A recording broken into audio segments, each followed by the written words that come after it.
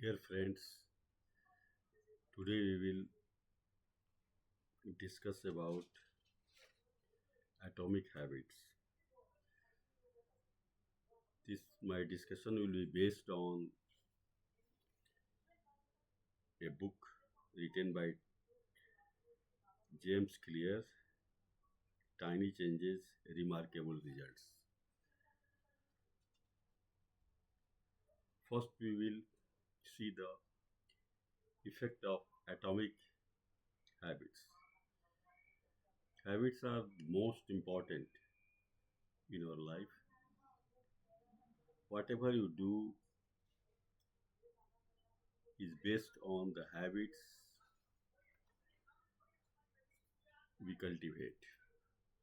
If we cultivate good habits, your actions are good. If you are cultivating bad habits, your actions are also bad, and as a result, the consequences will be bad. So, it is important in every stage of our life, beginning from childhood. What is the role of parents? Where we are not grown up enough, we are kids. Our parents try to put in good habits in us so that we are habituated of doing the things, right things. When we become a students or teachers, along with our parents, try to instill the good habits in us. If we follow that, we are successful. We should start with little things, rising early in the morning,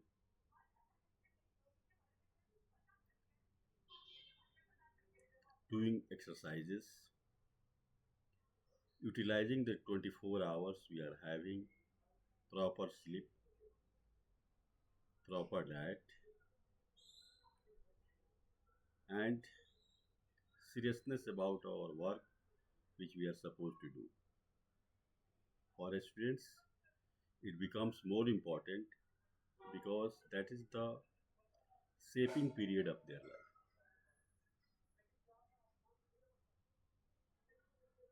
Motivation is required in our life, instructions by parents, instructions by teachers, motivational speeches. All these are important, but they fail if we don't form these motivational words in our habit. We have to carefully handle this habit, even a small habits. So we should have consistency in pursuing these habits. Habits should be pursued in a consistent way. We should not be, the habit should not be stopped by these distractions. Distractions today's, a lot of distractions are there. The social media is there, scrolling the screen, we spend time. We all have got 24 hours. So it is very important, especially for students, beware of this type of situation. The habit you form will regulate your life. This will discipline your life. There should be discipline in our life, and as we discipline our life, the habit becomes more effective. And there should be also consistency. If the consistency is there, if the we are following our habits in a disciplined way, gradually it becomes system of our life. The system means we can't live without that. The sense of automation develops in our life. What do you mean by automation? We did not practice, we did not put much stress for this. The things become automatically in your life. So once you emphasize on disciplined habits, they become your character, they become your daily routine affairs of your life.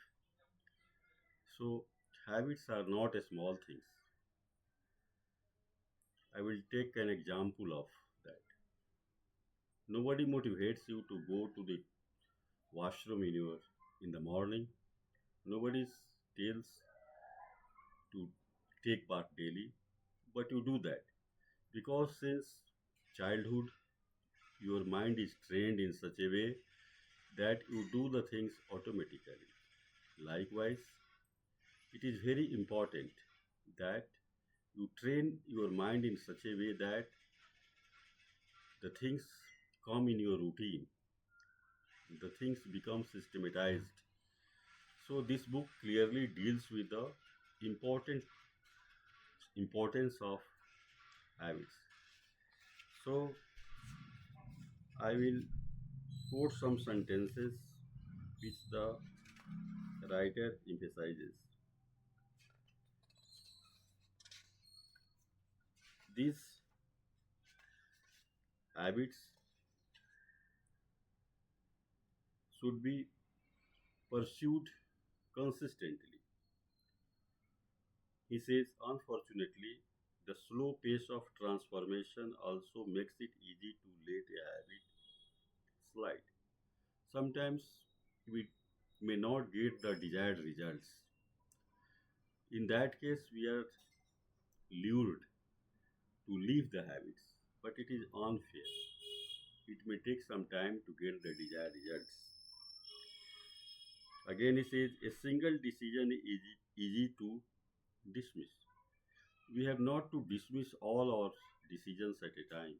We should slowly change our decisions. Slight change your daily habits can guide your life to a very different destination. Destination means your goal, achieving your goal. These habits help much in getting to your destination. Further, he said, success is the product of daily habits, not once in a lifetime transformation. What matters is whether your habits are putting you on the path towards success. You should be far more concerned with your current trajectory than with your current results. You should not give so much emphasis on results. Suppose you have joined a gym, it will not give you instant results. You are practicing yoga, it will not give you instant results. It will take some time. So, as a matter of fact, you have to be regular in your things. Habits help, good habits help in making the things regular and in a consistent way. Warren Buffett says that is how knowledge works. It builds up like compound interest. Knowledge grows a little by little, a bit by bit. You have to gather it. It does not come at once and all of a sudden. If you are learning and in a systematic way, if you are putting your efforts to this direction, ultimately it will grow.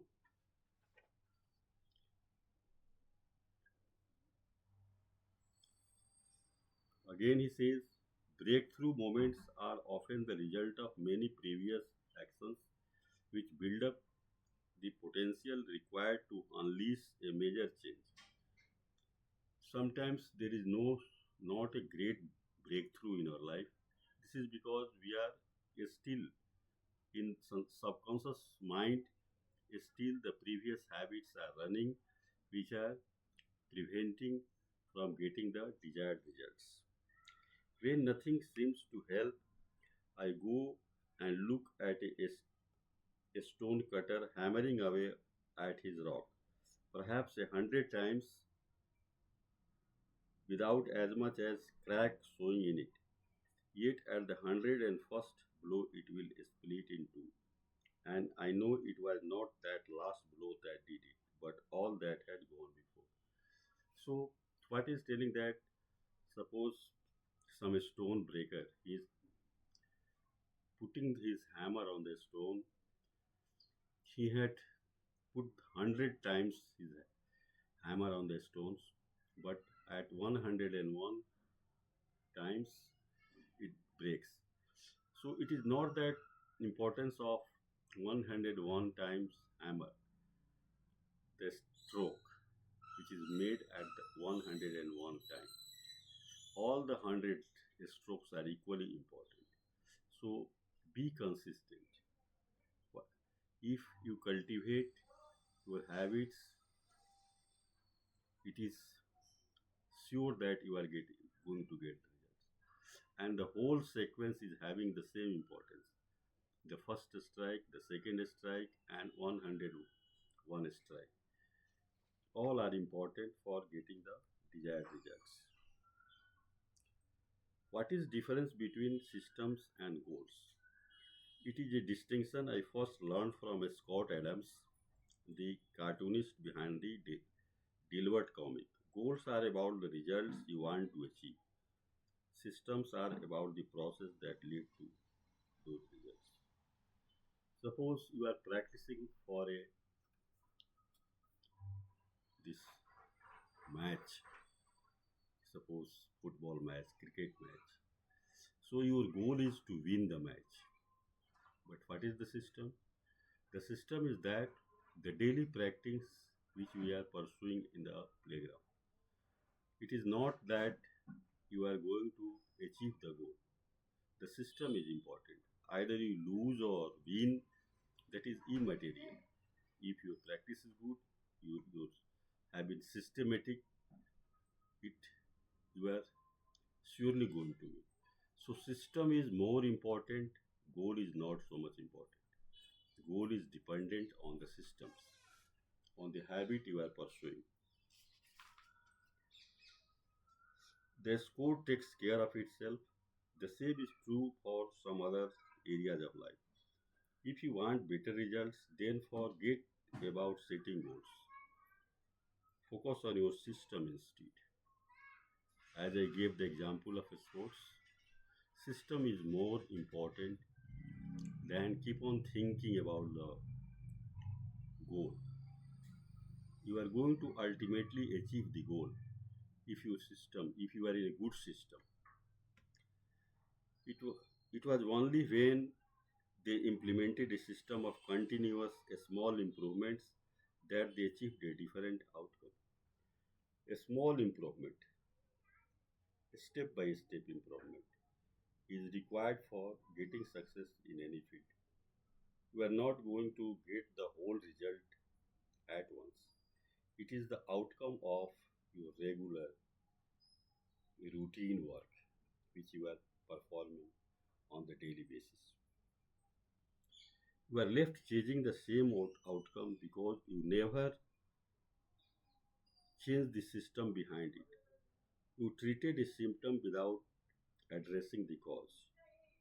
Achieving a goal only changes your life for the moment.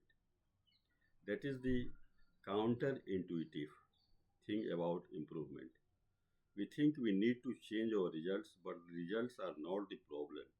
What we really need to change are the systems that cause those results.